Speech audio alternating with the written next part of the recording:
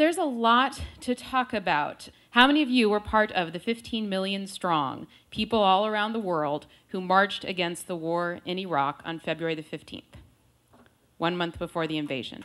That's almost everybody in this room. We were, however many of us are in this room, part of 15 million people all around the world on every continent who marched to stop a war from happening. It was the first time in history that that many people had organized in advance of a war to try and stop a war from taking place.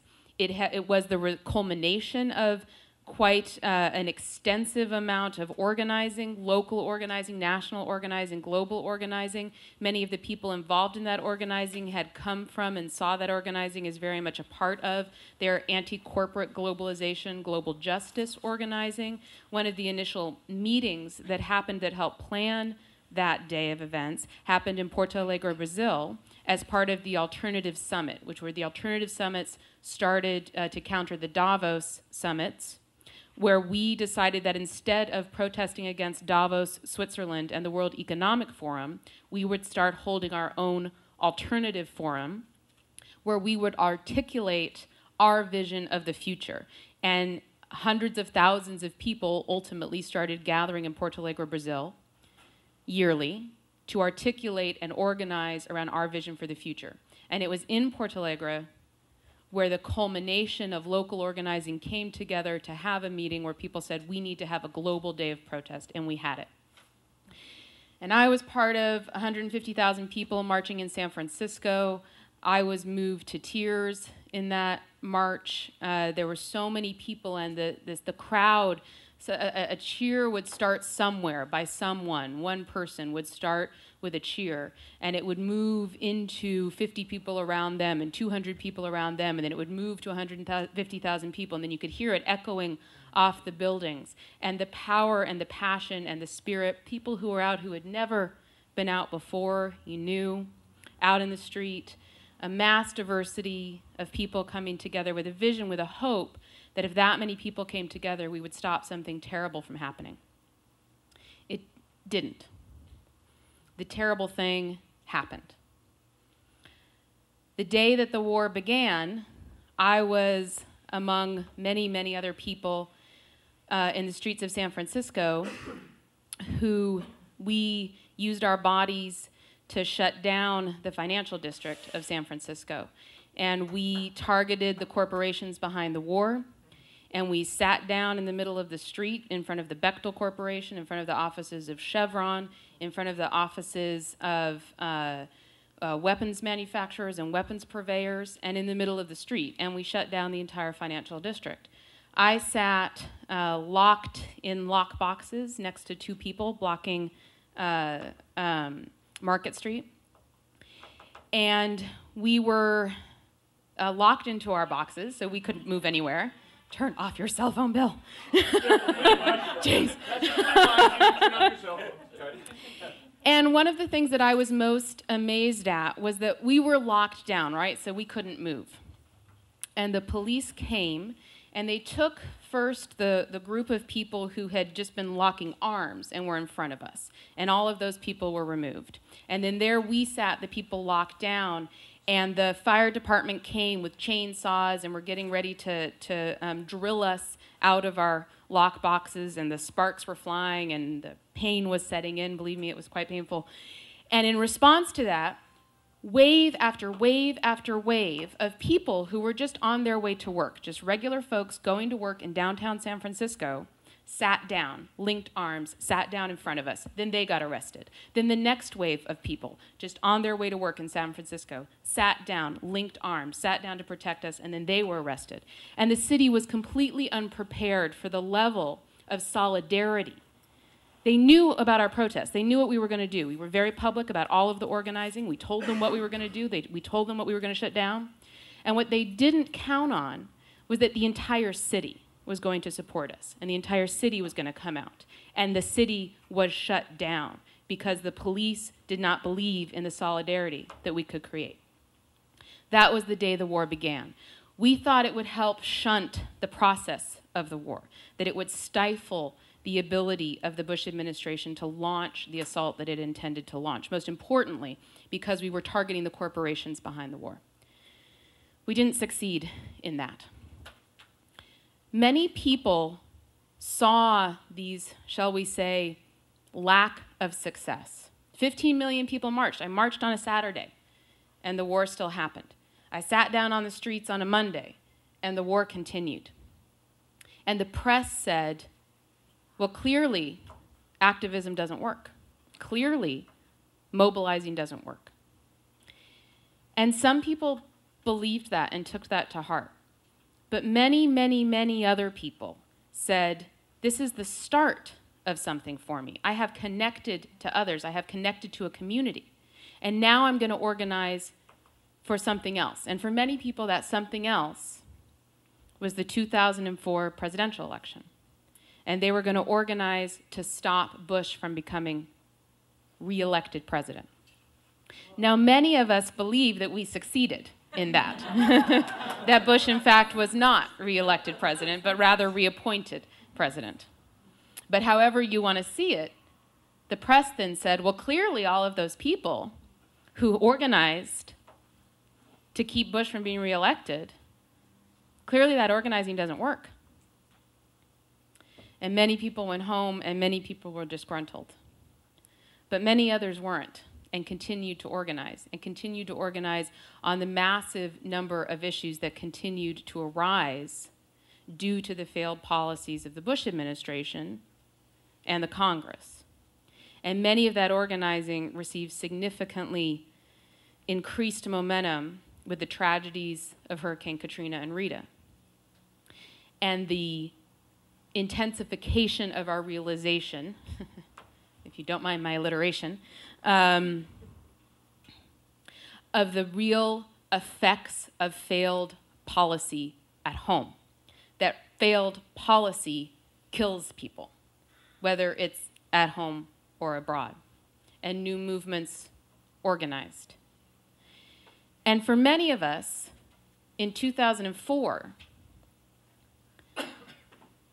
the culmination of that organizing and those communities that have been brought together and that strategizing succeeded when the Republican Congress, much to the chagrin and much to the failure of vast, vast, vast amounts of money expended by the largest corporations on the planet, by the leading lobbyists, by the leading backers of the status quo, when the Republicans were forced out of Congress, and some of the worst policymakers in the history of the government, including, I'm from San Francisco, and Richard Pombo was the congressman from Richmond, which is where Chevron Oil Corporation is based in San Ramon, California. The Richmond refinery is one of the oldest oil refineries in the nation, in a largely African-American low-income community, one of the worst polluters in the nation.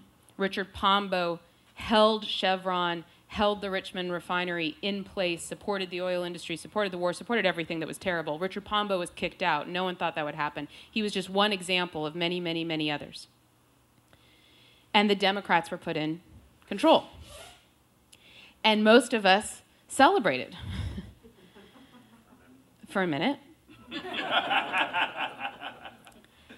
And then reality set in, and my Congresswoman, Nancy Pelosi, became and is one of the most powerful speakers ever to guide the United States Congress, brought a lockhold down on the Congress, and she didn't single-handedly do it, but she deserves a heck of a lot of credit,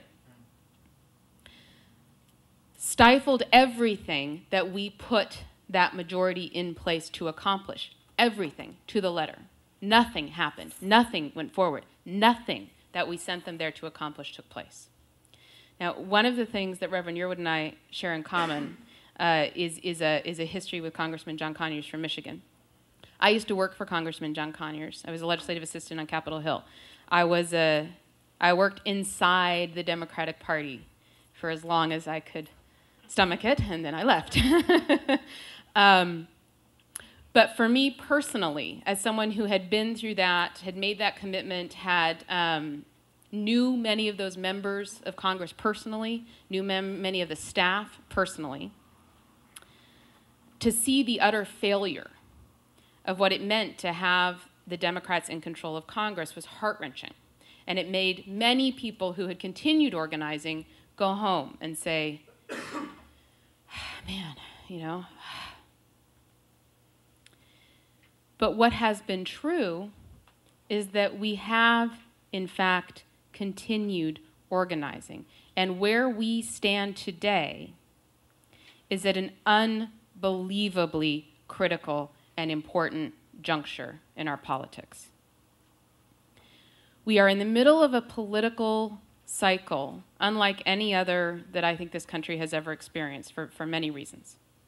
But what's critically important for us as progressives, and I'm going to take for granted that I can say us, and if I'm wrong, let's make sure that we have a lively discussion on that.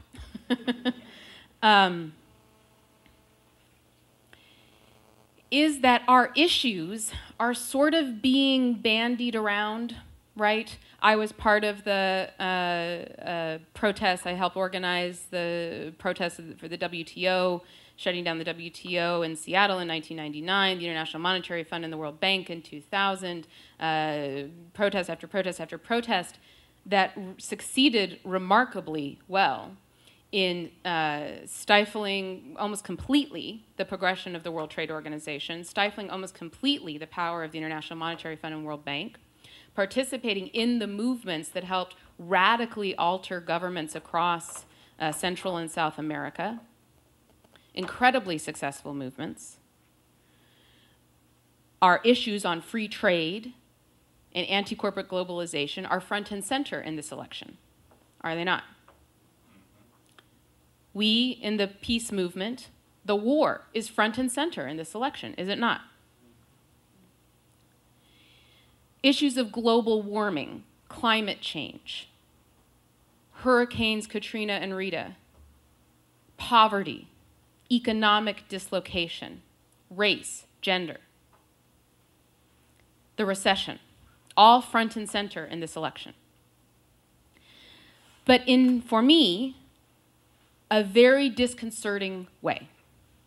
So, for example, I do not agree with either Hillary Clinton or Barack Obama's position on trade.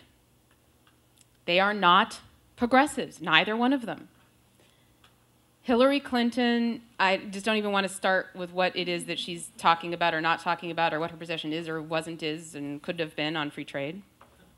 Barack Obama, who has voted for trade policies while he's been in office, for free trade agreements while he's been in office, also talks about labor and environmental side agreements. That is not what we have been asking for. That is not what we have been being arrested for. That is not what the people around the world and in the United States are asking us for, is a cleaner, nicer, friendlier free trade. It's not it. On the war, Hillary Clinton, at best, taking her to her exact policy to the letter, would have us out of the war at best in 3 years, more likely 8 years based on her plan that she has articulated, more likely significantly longer than that based on what we know about her economic policies and her backing, because we know who has provided her economic support. And thus far, it has been the largest corporations, including the largest oil corporations. Barack Obama, harder to figure out, and believe me, I have tried very, very hard to figure out exactly what his plan is for getting us out of the war. It includes a maintenance of the embassy, the largest embassy in the world. It includes a maintenance of troops. It includes protection for what is kindly referred to as infrastructure, which to me is a very scary frame for the oil industry, and the need to maintain troops to protect the oil industry, and the need to do anti-terrorism work, which is another word that he is using. All very scary to me. All very scary. On issues of the economy, On issues of climate change, for heaven's sakes, the man supports clean coal. I mean, I was shocked when I read that. I'm sorry. Clean coal and nuclear power, and that's disconcerting to me. Now, there's many other areas, but on the other hand, I am deeply, deeply moved by the number of people that are moved by him and moved towards the message of change and something different and something positive and something that we can move towards. And one of the amazing things that we were all talking about at dinner is that the way I started this conversation, articulating our organizing, is that we have built the base. Reverend Yearwood pointed this out to me, made me feel much better. We have provided the base. We have provided the base on which the Obama movement is riding. It is the organizing, the articulation of the problem, the articulation of the solutions. The majority of Americans oppose the war. The majority of Americans are aware of the issues on which we speak. So what that leaves for us is, one, I think, being very excited about the number of people that are getting out, getting involved, feeling passionate. That is only good. That is only positive. The number of people who feel that oil companies are a massive problem that has to be addressed, that the war in Iraq is a war about oil that must be exposed, that a potential threat of a war against Iran is a threat that is real and present and that we have to work against and that we are afraid of and that we have to stop, and that the vision of the United States in the world and the way that the world sees us is a problem that we have to address. And what that leaves for us is that we have to help the country see beyond elections. That if any one of us was elected president, I would not feel that much better, even if it was me, and particularly if it was me, than I do right now. That is not to say that the president is not critically important and makes very important decisions. What that means is that it is just one office, and that policy change and political change is very difficult and requires not an office holder, but movements and social movements. And that the energy that has been created about this campaign is about the suffering that Americans feel and see and are a part of, and the hope that they still have that things can be made better. Unfortunately, because of the way our politics is organized, people look towards savior politics, that one man, and maybe a woman, will ride forth and carry us to the better future. And we can put our faith in that one person. And they will do the work, too. We can go home the next day and go back to our regular life, and all will be better. And if history has taught us anything, that's not true. We need charismatic leaders and thinkers and organizers and motivators, and that's important, and we want to embrace them. But what we have to do as organizers ourselves is to look at all those people who have been inspired and say, what comes next? And talk to them and say, what comes next? The day after the election, Hillary Clinton talks about her, on the first day in office, I'm going to do X, Y, and Z. I don't like any of the things she proposes, but that's all right. First day in office, I'm going to do X, Y, and Z. So we have to turn to ourselves and say, the first day that whoever's in office, what are we going to do? What are we set up to do next? What have we used this election cycle, the raising of our issues, so that we are ready that next day? And how can we, between now and then, ensure that every time the war is talked about, that we demand to know, when is the war going to be over? This is not complicated. The war needs to end.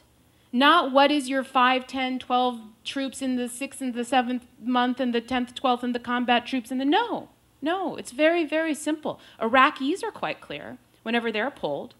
They want Americans out, period. They don't ask for a transition period and could you provide a little safety with your troops? No, that's not what they ask for and not what they demand. They demand our troops gone. That's what we have to demand and have to make clear as being articulated. On trade, it's not okay to say we want side agreements, and as long as you're talking that you don't like NAFTA, that means you're with us on trade policy. No, it's not what we've been asking for all of these years. That's not it. And on a whole list of issues, which we know and I don't have to articulate, that's our job. That is our job between now and then. And I think that I know that we have the capacity to do that because we have done amazing things in our organizing. If you will recall, 5 years ago, the majority of Americans supported the war, felt it was the right thing to do. They absolutely do not now. And that is the case on a whole host of issues of which our work has made the difference. Before I stop, I want to put in just two pieces real quickly of just information. I just finished a new book called The Tyranny of Oil, the World's Most Powerful Industry and What We Must Do to Stop It. And my focus is on oil companies because where I see the heart of this war and ending this war is in exposing the role of the oil corporations and their expectation that this war is just the beginning. And where we sit right now is that Exxon, Chevron, Conoco, Shell, BP, and Total are just about to sign contracts with the Iraqi government. These are 2 to 3 year contracts. This is not what they're hoping for. This is what they are settling for in hopes of a much better goalpost, which is the passage of an oil law in Iraq, which would transform Iraq's oil industry from the current nationalized model to a privatized model and give them 30-year-long contracts and ownership of Iraqi oil. And what has been very clear is that for that to be maintained, the U.S. military presence in Iraq and in the region will also have to be maintained. And there are permanent bases being built. One of the most important, I think, for us to keep our eye on is a U.S. naval base that has been built on Iraq's oil export terminal, which also happens to be right on the Iraq-Iran border, so that there is a permanent U.S. military facility guarding Iraq's oil and looking right over, oh, how conveniently, to the second largest oil reserves in the world, Iran. And that I believe that this administration, before it's over, is very, very much committed to an invasion of Iran in some form. And that this is the time when we also have to be aware of these issues. That the planning by the oil industry, by the corporations that put this government into office, they're not sitting around sort of watching the Democrats debate and, waiting for the election, right? And that we have to continue to pay very, very, very close attention to these developments as they move forward. I'd be very happy to talk more about the sort of technical and substantive issues around that in the questions. But I want to leave you with this. It is a time of hope. And the hope is there because we've helped put it there, and we can continue to make it happen. So thank you all very much for coming out.